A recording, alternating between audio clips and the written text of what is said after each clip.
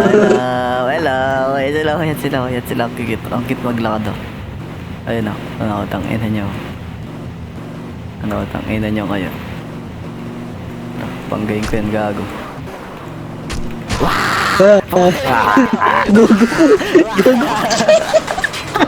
Ilang tuto. Hindi mo Ilang tuto. Bumag. Hindi mo na pre, hindi mo na, kuha tayo pa rin.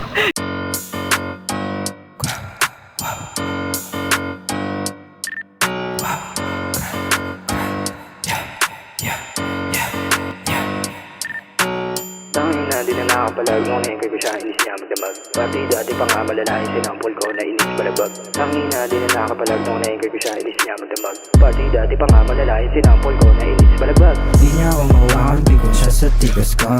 Di niya ako makasunod, di niya ako makontrol. Di niya ako mawakan, bigot siya sa tigas ko. Di niya ako makasunod, di niya ako makontrol.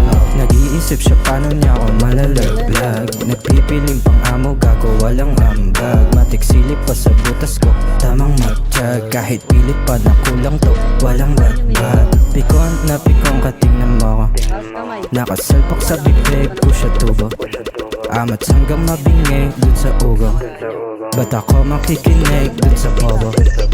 Galit na galit ka na kasi nasasapawang ka baliw. Nabaliw ka palagi mapag-usapang katakip. Nang takip ka sa panira na larawan mo. Hambing sa kambing dala ng tigas pagsawaan mo. Tangina, di na nakapalag nung nengkay ko siya, inis niya magdamag. Pati dati pa nga malalahin sinampol ko na inis balabag. Tangina, di na nakapalag nung nengkay ko siya, inis niya magdamag. Pati dati pa nga malalahin sinampol ko na inis balabag. Di niya ako mawakan, bigot siya sa tigas. Bugbog ang inabot ng isang lalaki sa Cagayan de Oro City matapos siyang gantihan ng mga kaanak ng lolong sinuntok niya.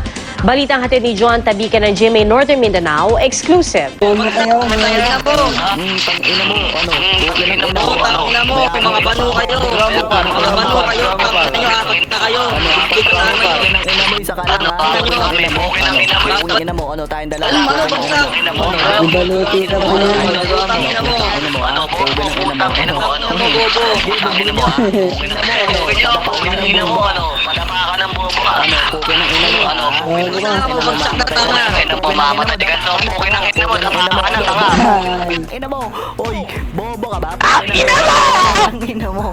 Saan mo niya to? Pati dati pa nga malalahin sinampol ko na inis balabag.